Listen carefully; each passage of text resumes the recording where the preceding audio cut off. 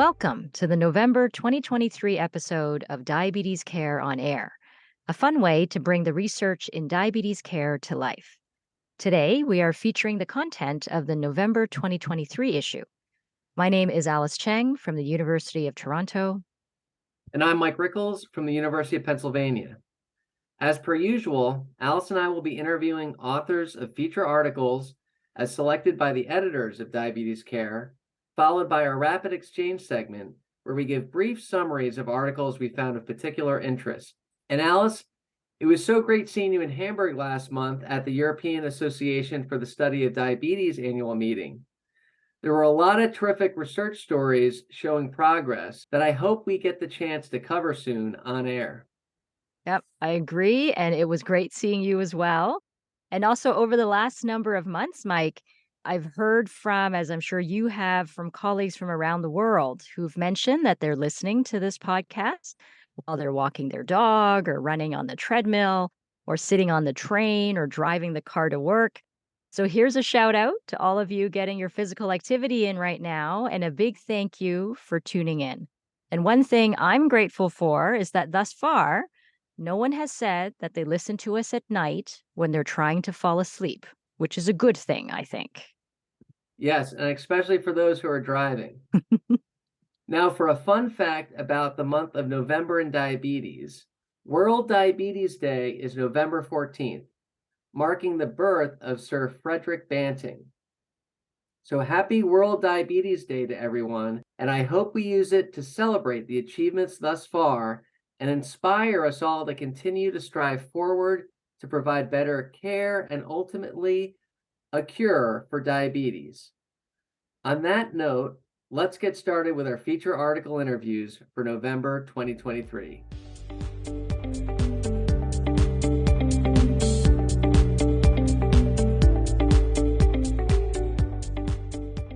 In the November 2023 issue of Diabetes Care is a feature article entitled Prediction of Cardiometabolic Health Through Changes in Plasma Proteins with Intentional Weight Loss in the DIRECT and DIADEM-I randomized clinical trials of type 2 diabetes remission. I'm pleased we have joining us the article's lead author, Dr. Naveed Sattar. Dr. Sattar is professor and honorary consultant at the University of Glasgow School of Cardiovascular and Metabolic Health in the United Kingdom. Welcome, Naveed. Yeah, hi, Michael. Congratulations to you, Naveed, and your co-authors on this feature article. Your study investigates the performance of a plasma proteomics assay for predicting cardiometabolic risk factors as well as cardiovascular disease risk in individuals with early type 2 diabetes who participated in two similar randomized clinical trials of intentional weight loss. Can you start by briefly telling us about these primary diet intervention studies and how you came to select them for the present study? Yeah, sure, Michael. That's a relatively easy question to answer because the first major randomized trial of diabetes remission was the DIRECT trial, which has actually led to remission via low-calorie diets being now an option in NHS England and Scotland. So DIRECT has had a huge impact within the United Kingdom, and it's also the protocol that we use with a low-calorie diet followed by return to normal diet and weight maintenance phase, etc., has now also been expanded to many other countries around the world. And it's established and helped foster the idea that weight loss is an important feature or could be an important feature for many individuals in early diabetes. And then the second trial that was published in the literature was the DIADEM-I trial, which was done out obviously in a different part of the world in Qatar. So these were the first two randomized trials looking at weight loss as a means to cause diabetes remission through low-calorie diets. And we were lucky to have collected a good biobank in DIRECT, and through contact with the primary author for DIADEM-I, we're aware that those samples were also available and had gone through the same platform, which we will now shortly discuss. And so this platform is a plasma proteomics assay that is called SomaSignal and looks at about 5,000 plasma protein measurements to estimate cardiometabolic risk factors. And these include glucose tolerance, liver fat, visceral fat, total body fat percentage, resting metabolic rate, cardiorespiratory fitness, as well as cardiovascular disease risk. And I have to say, it's an incredible amount of information that I would normally have a research participant spend 1 or 2 days in the clinical research center and have them go through a battery of tests, including an oral glucose tolerance test, liver ultrasound, DEXA scan, resting energy expenditure, exercise stress test with gas exchange, and all the complicated dynamic studies to obtain this battery of measurements. So can you tell us how the Soma signal proteomics assay works to provide estimates of all of these measures from that single sample of plasma? I mean, effectively, if one has a chance to read the paper, there are a couple of references in there that really describe in detail how this platform was developed. The lead author in both of those was Steve Williams, who is the CMO of SomaScan. And what Steve and colleagues have done, and I was involved in one of those papers, those 5,000 proteins, they effectively use machine learning to look agnostically at what proteins predicted various outcomes measured by current gold standard methodology. So agnostically, which proteins were able to recapitulate if the oral glucose tolerance test results that you see in a major cohort. So that very first paper that developed most of these was published in Nature Medicine with Steve and colleagues from Cambridge a number of years ago.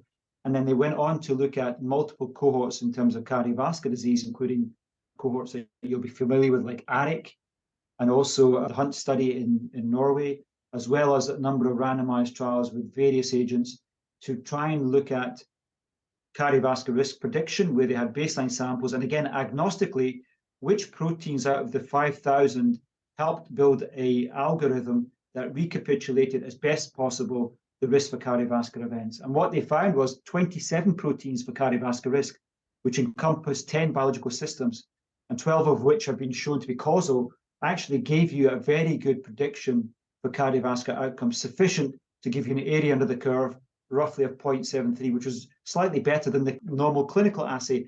And the other thing about this, all of these proteins are changeable. So this score does not include things that you cannot change, for example. So all these proteins are changeable. And what we found in another paper published in Science Translational Medicine, which Steve Williams was the first author, and I was one of the co-authors, was change in risk was nicely captured by the change in these proteins as well as predicting change in various other major trials. So there was a number of landmark trials, and for example, the Accord trial, which we're very familiar with in diabetes, had samples there. And again, it showed, for example, that these proteins could nicely measure change. In fact, there was no major change in cardiovascular risk, and these proteins predicted no major change. Whereas they did predict change, for example, in the Excel trial in the first year, where the GLP-1 was shown to, at least in people with cardiovascular disease, lower cardiovascular risk. And they did that a number of times, a number of conditions, so that they were developing a degree of confidence that this protein algorithm can nicely capture change in risk from a variety of different types of interventions. So that paper, I think, is out there and is one of the references in our paper. Well, that is just extremely powerful. And I think for many of our patients undergoing interventions for metabolic disease, their goal is to lower their risk of these cardiovascular disease events and outcomes. And so knowing how well they're doing is certainly something that I think many of us are very interested in hopefully being able to offer. And in a related question to that, with both the direct and DIADEM-I studies, the median weight loss with the meal replacement interventions was about 10 kilograms. And both studies showed that that was associated significantly with, I think, about a 50% diabetes remission, but also losing more than 10 milligrams was associated with much greater reductions in risk by the Soma signal testing. And so the BMI range in both studies, though, started with many individuals in the overweight, non-obese category. And so there you'd probably expect less change in weight than those that are entering the studies already with obesity. Now, knowing that not all body weight is metabolically the same, can the Soma signal add an additional layer to inform an individual's absolute risk for cardiometabolic disease independent of, say, diet intervention induced weight loss? I think clearly I obviously don't work for the company, and the company are obviously trying to develop this going forward. At the moment, the cost of the tests are obviously quite high and not for widespread use in clinical practice. But if the direction of travel is such that in the future, something like this multi-protein or proteomics platform could actually help clinicians like you and I look at multiple pathways at the same time, that then tells our individual, look, with the interventions you've done, I can now predict that actually, you have substantially lower liver fat, et cetera, and that your resting energy expenditure has changed and your VO2 max is improved. So all looks good and give us some degree of confidence. That's the direction of travel. But within one of the papers that was done in the past, those protein cardiovascular signals were linked to diabetes. So people with diabetes higher risks, people who smoked had high risk, those with rheumatoid arthritis or cancer history or prior cardiovascular disease or high blood pressure or lipids did have high risk. What these proteins are actually doing, they're capturing risk from multiple lifestyle and biological systems. That's what they're trying to capture. And therefore, if you have some kind of intervention, they should change in a manner that reflects how that intervention will change cardiovascular risk. And some interventions may change some biological pathways that lead to low risk, others other biological pathways. So I think this platform will allow us to interrogate biology better in terms of what pathways are linked weight loss or other interventions to outcomes or in diabetes remission. But they also may be able to be used, for example, for future trials of diabetes agents or other agents to say, look, is this some indicative evidence that with this agent, we anticipate a lower cardiovascular risk? So, for example, some of the new anti-obesity medications, could they have an early signal with that intervention? Are we likely to see a cardiovascular risk reduction based on these protein changes? So I think that's the kind of direction of travel for the company. The one thing I would say back to the first point you made, actually, Michael, absolute weight change will be less in people who have lower BMIs, but what more and more of the evidence is type 2 diabetes, in my understanding and many others, is increasingly a disease of excess ectopic fat, by and large. And that people reach that level of excessive ectopic fat at different BMI thresholds. So I will develop diabetes at a lower BMI than you would, Michael, because I'm South Asian. Both my parents have type 2 diabetes, for example. But that protein signal should actually capture some of those elements, sooner in me than you, for example. So those are the kind of things that we should be aware of. But lots of potential with this kind of approach going forward, both for trials and for future prediction, but it needs to be further investigated and harnessed and made more cost effective for the community. And getting to that varying ethnic relationship between BMI and fat distribution and diabetes risk, the direct study involved primarily Caucasians, and the DIADEM-I study, those of Middle Eastern and North African ancestry. Are there current plans for validation of soma signal testing in other ethnic groups, such as Asian or Black or Hispanic individuals? So obviously, within the context of diabetes, direct and DIADEM-I, but there are now lots of similar weight loss trials happening in other ethnicities and around the world.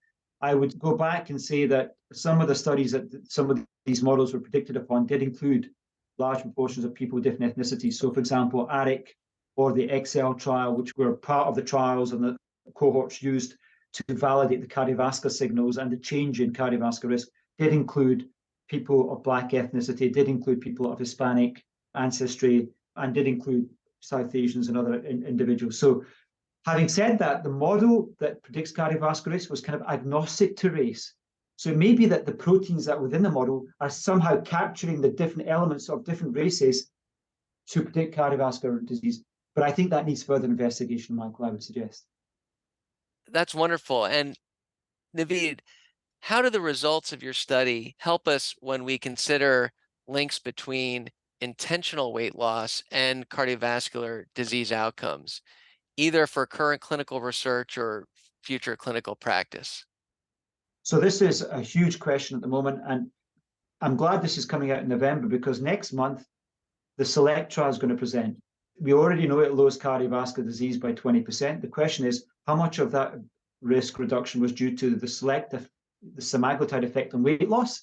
How much was it due to direct effect of semaglutide in the vasculature? Our study provides some confidence that intentional weight loss of around about 10% should give you cardiovascular risk reduction.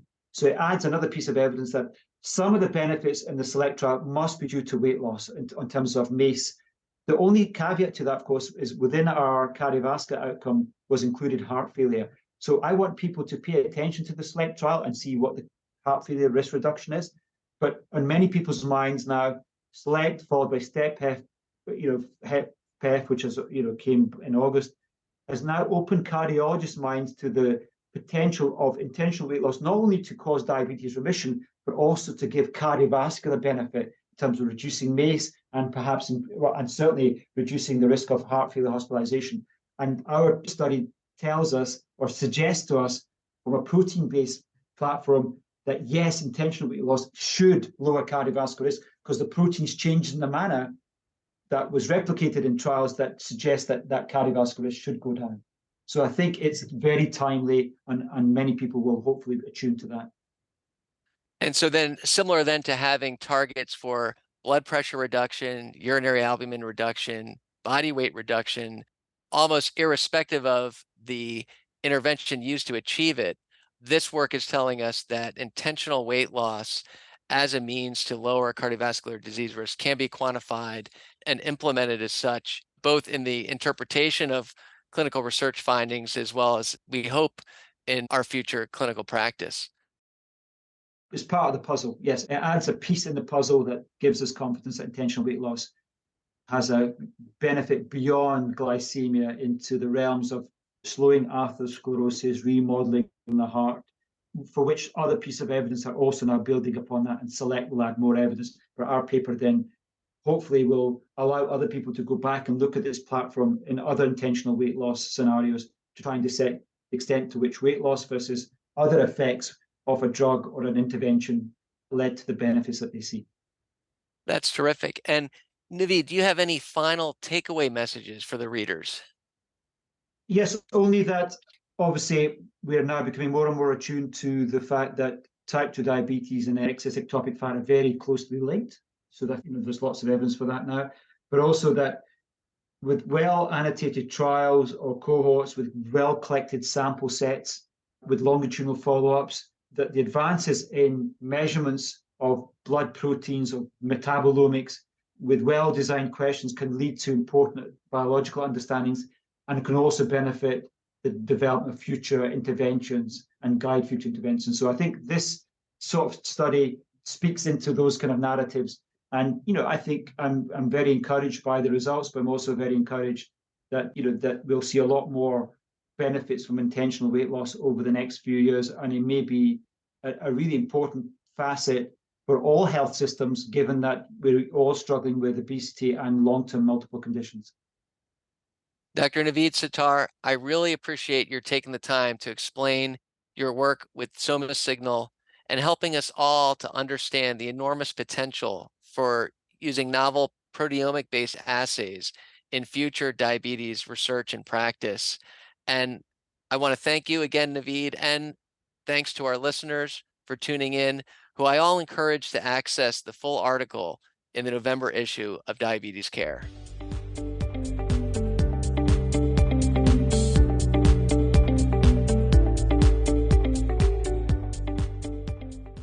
One of the feature articles from the November 2023 issue of Diabetes Care is titled Comparative Cardiovascular Effectiveness and Safety of SGLT2 Inhibitors, GLP-1 Receptor Agonists, and DPP-4 Inhibitors According to Frailty in Type 2 Diabetes. We are fortunate to have the lead author, Dr. Alexander Kutz, from Department of Medicine at Brigham and Women's Hospital and Harvard Medical School in Boston, Massachusetts, with us today to discuss this paper in greater detail. Welcome, Alex, and thank you for being part of this podcast. Thank you for having me.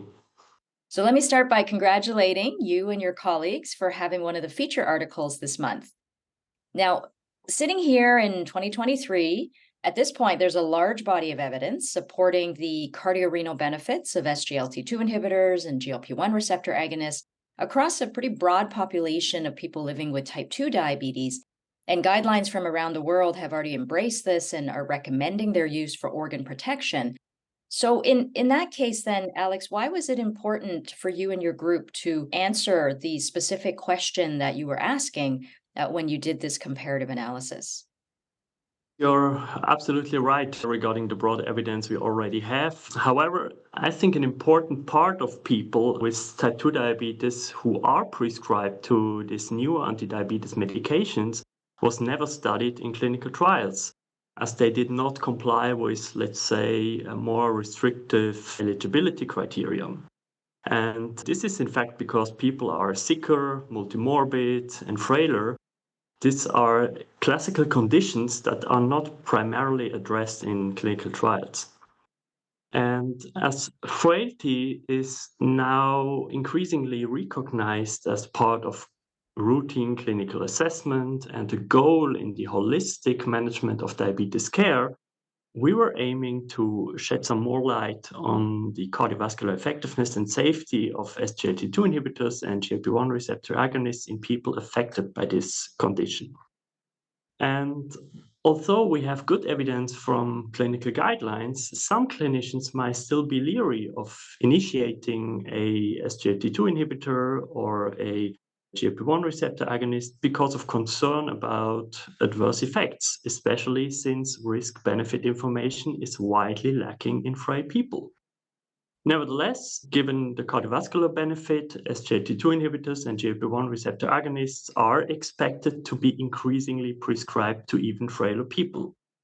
So based on that, and also supported by recommendations by the ADA and EASD to collect more evidence among people with frailty, we sought to assess the comparative cardiovascular effectiveness and safety of SGLT2 inhibitors and GLP-1 receptor agonists versus DPP-4 inhibitors in older people with type 2 diabetes according to different levels of frailty.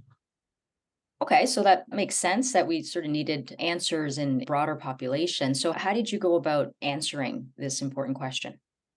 We emulated 3 different target trials, performing 3 different one-to-one propensity score matched cohort studies, each stratified by 3 different frailty strata using data from Medicare beneficiaries from 2013 to 2019.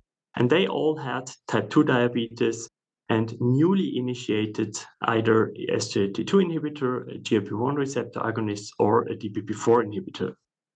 The propensity score matching intended to mimic a randomization of the patient groups, acknowledging more than 170 patient characteristics. And finally, in time to event analysis, we assessed the primary cardiovascular effectiveness composite outcome of acute myocardial infarction, ischemic stroke, hospitalization for heart failure, and all-cause mortality. We also defined a primary safety outcome that was a composite of severe adverse events that all have been linked with the use of these newer anti-diabetes medications like diabetes ketoacidosis, genital infection, biliary events, and so on. So a very detailed analysis, obviously, to try to answer this question. So then the important one for me to ask you then is, what did you end up finding? It was a large population-based cohort study of more than 700,000 older people with type 2 diabetes receiving routine care. And in this population, we found that the initiation of SGLT2 inhibitors or GLP-1 receptor agonists compared with DPP-4 inhibitors was associated with a lower cardiovascular event rate and also lower event rate of death without increasing the overall incidence rate of severe safety outcomes. And this was regardless of frailty status. When we look a little bit more into detail, we found that most of the cardiovascular benefit was observed for myocardial infarction, hospitalization for heart failure, and mortality. In terms of safety outcomes, the use of SGLT2 inhibitors was associated with higher rates of diabetic ketoacidosis and genital infections, while rates of acute kidney injury, for example, or hypoglycemia were lower. Similar in people who initiated GLP-1 receptor agonists, the rates of acute kidney injury and hypoglycemia were also lower, while we did not observe any higher risk of, for example, biliary events or acute pancreatitis. And maybe to add, And important is that while relative rate reductions were pretty consistent across the whole spectrum of frailty, the absolute rate reductions for all effectiveness outcomes were even larger with increasing severity of frailty. So, in many ways, the findings are what we would have expected. And thank goodness it is, in fact, what we expected. But that last bit you said is a good reminder that, in fact, for the more frail individuals, the absolute benefit is greater, right? Because their baseline risk is certainly higher.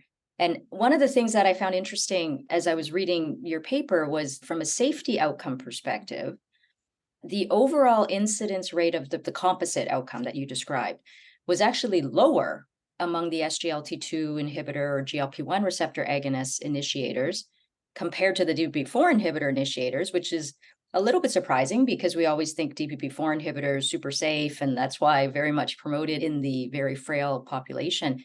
Any thoughts as to why that may have been found? So, I mean, this is a very important aspect you're highlighting here, and I fully agree. But the main idea of, let's say, of this composite or the safety composite outcome was to address the most severe adverse events only. So, although, for example, genital infections were much more common among SGLT2 inhibitor users, they were usually not followed by a hospitalization. And in this composite outcome here, hospitalization for genital infection was included, but we did not include more mild courses of genital infection that did not lead to a hospitalization. And for example, in terms of diabetic ketoacidosis, we also observed a higher rate among people with SGLT2 inhibitors, but the absolute number of events was rather small among this population. So with only, let's say, a minor effect on the overall composite outcome. However, we found a much lower event rate for acute kidney injury and hypoglycemia, and both of them were the main drivers of this composite outcome, as there were more absolute events contributing to this composite outcome. So this might be a little bit misleading. However, the main idea behind that was not to show that the use of SGLT2 inhibitors and GLP-1 receptor agonists is associated with a lower risk of adverse events, but rather ruling out an increase in risk of severe adverse events. Okay, that's a very important distinction. Thank you. So, how would you like to see these results used clinically, and what about future research? So now I think it's important to have at least some more evidence now from clinical routine to especially remove concerns in frailer people that were not adequately addressed in clinical trials before. So this is important as this kind of data was missing before, and healthcare providers were a little bit ambivalent whether they should prescribe new anti-diabetes medications to even frailer people or not. And this, also leads me to the so far unanswered questions where further research is needed. And I think we still do not know which proportion of the older and frail population benefits most, and whether there are some, let's say, catabolic, very sick people, for example, with muscle loss, who are at risk of harm when they get treated with SGLT2 inhibitors or GLP-1 receptor agonists. And I mean, to answer this kind of question, however, additional data sets with more profound information on clinical parameters and disease activity would be needed. Sounds like you'll be kept busy answering those questions. So thank you very much, Dr. Alexander Kutz, for your expertise and sharing insights from this cohort study. For me, the big takeaway is that when we are considering frailty with the intent of individualizing therapy, we need to be careful about certain assumptions that we may have that probably ended up preventing some of the more frail individuals from receiving cardiorenal protective therapies, and that this is an opportunity to look at the overall risk benefit, considering a lot of the severe risks that you mentioned. So this is, I think, providing some reassurance. However, I think for the very frail, I think that risk benefit profile still needs to be considered carefully, and the individualization of therapy is something that we still need to think about. So thank you. Thank you again. And I encourage the listeners to read the full article in the November issue of Diabetes Care.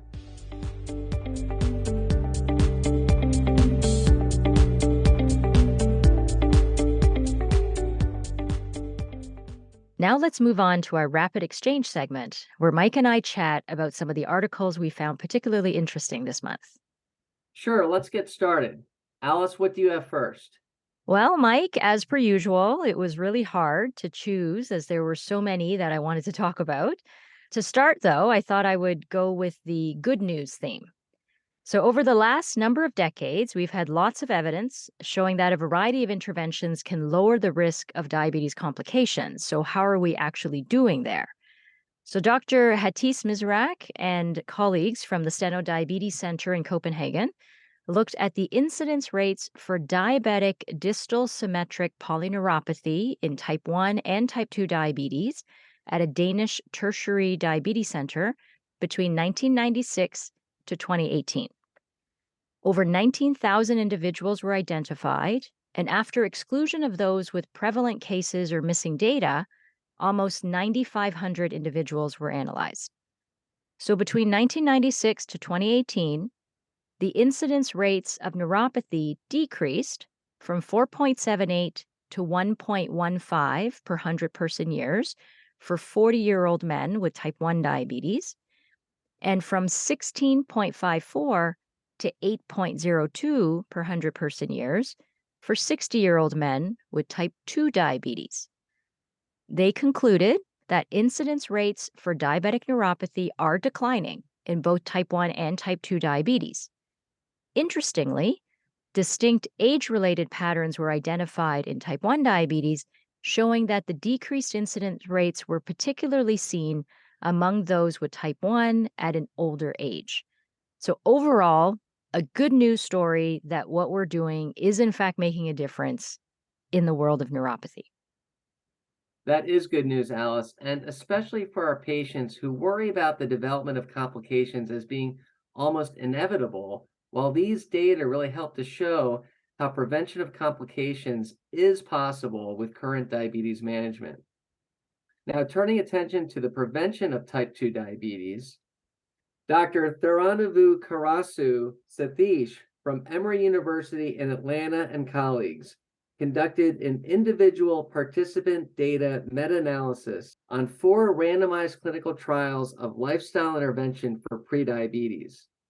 Interestingly, among the 2,794 trial participants, lifestyle intervention had the greatest effect for risk reduction on those with the greatest risk of progression, with the hazard ratio for diabetes incidence 0.51 for those with both impaired glucose tolerance and impaired fasting glucose, 0.65 for those with isolated impaired glucose tolerance, and a non-significant 0.97 for those with isolated impaired fasting glucose.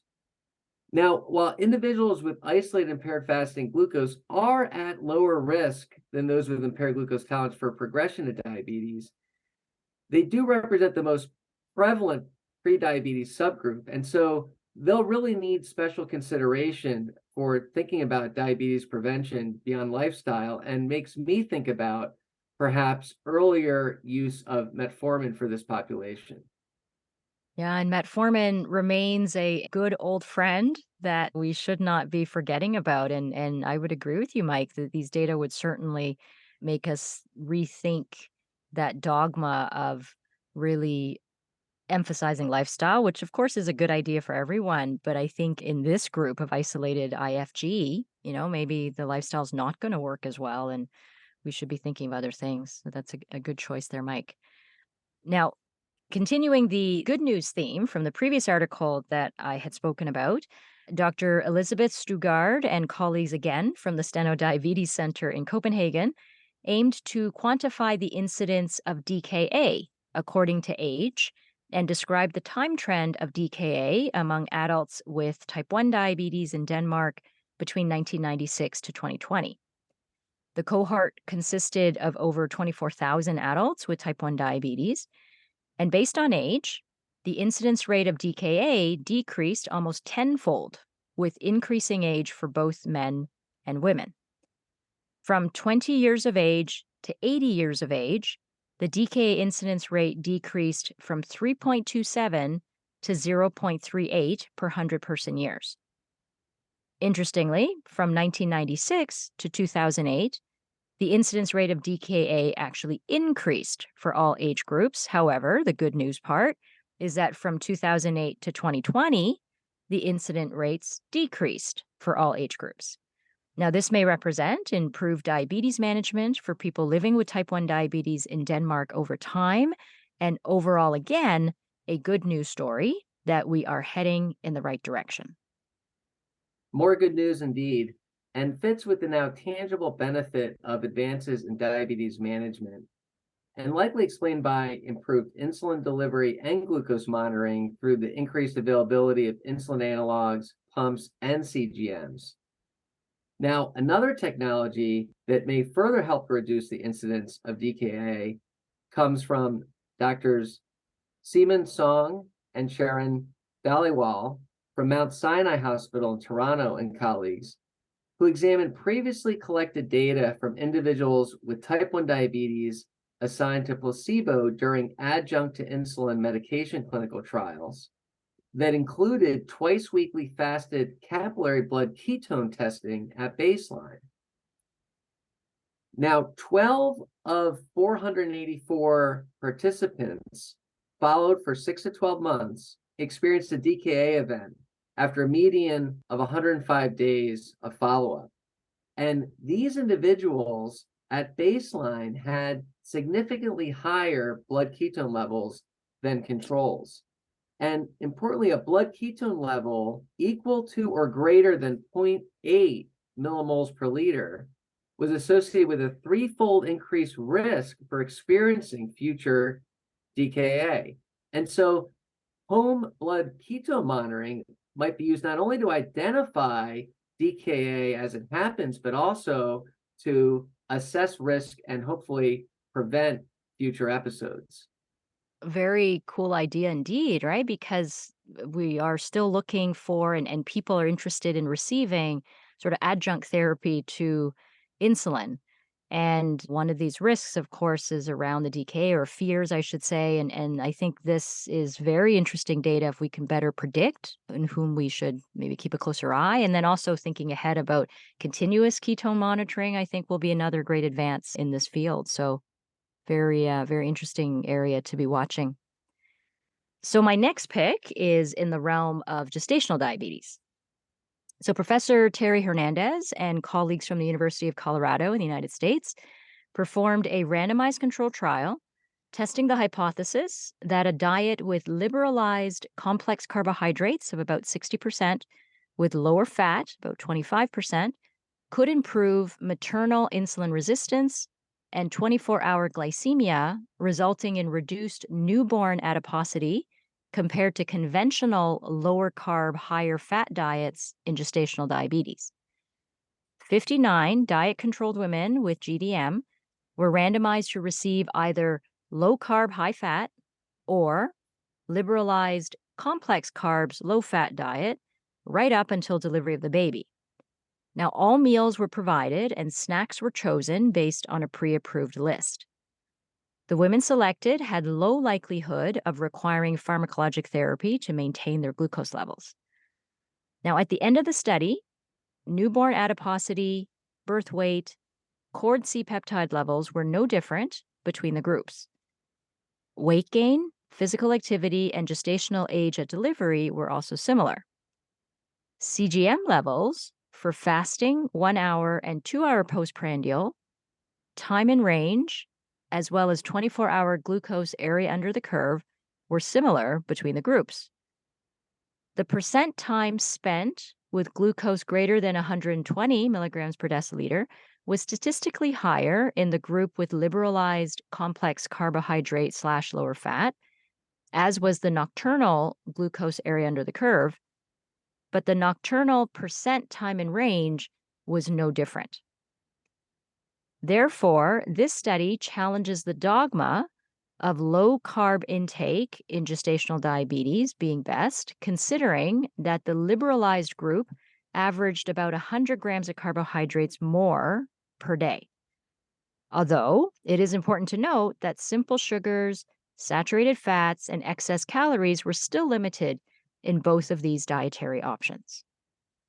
And it is so important to have options for women to choose from or switch between rather than a one-size-fits-all dietary recommendation. I know for many of my patients striving for tight glycemic control during pregnancy, nocturnal hypoglycemia is a major concern. So it was really good to see in the study that overnight glucose can be modestly increased through diet modification without affecting the achievement of nocturnal time and range targets. And speaking of other options, Dr. Charlotte Boughton and colleagues from the University of Cambridge in the United Kingdom performed a randomized crossover study of fully closed loop compared to standard insulin pump delivery over 8-week periods in 26 adults with poorly controlled type 1 diabetes. The fully closed loop feature takes care of meal bolusing, and so this may really ease diabetes burden. And in this study, improved time and range to 50% compared to 36% that was observed during standard insulin pump use.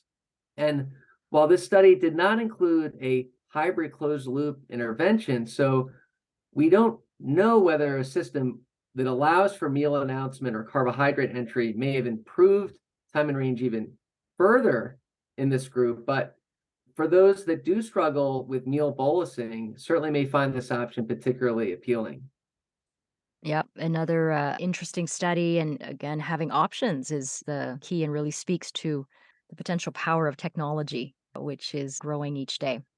So thanks, Mike, for that. And I'm going to be sneaky and I'm going to mention one more quick one. It particularly caught my attention as I was reviewing the potential articles while sipping a glass of wine, which is admittedly not my drink of choice, but I was. So Dr. Laura Lamoses Falcon and colleagues from the Institute for Mental Health Policy Research at the Center for Addiction and Mental Health in Toronto, Canada, quantified the dose-response relationship between alcohol consumption and type 2 diabetes, accounting for differential effects by sex and BMI. After looking at a combined sample of about 1.3 million men and 1.3 million women, they found that an intake of 16 grams of pure alcohol per day, which is close to one standard drink, which is what I was having at the time that I was reviewing the paper, was associated with a 31% decrease in the incidence of developing type 2 diabetes compared to lifetime abstainers. Now, this relationship was found only in women and not in men. So there you go, Mike, which again falls into the good news category. However, when stratified by BMI, the protective association was only found in those with a BMI of greater than 25 kilograms per meter squared. Interesting data, and really anything to justify that drink. Well, cheers to that, Alice. And this brings us to the end of another episode of Diabetes Care on Air. A reminder to everyone to let the people around you know about the opportunity to submit original art for consideration to be included as a future cover for Diabetes Care. And of course, a big thank you to all of you for tuning into this episode. We welcome your comments and feedback, and don't forget to subscribe to this series to get notifications when a new episode comes out. Thank you for listening.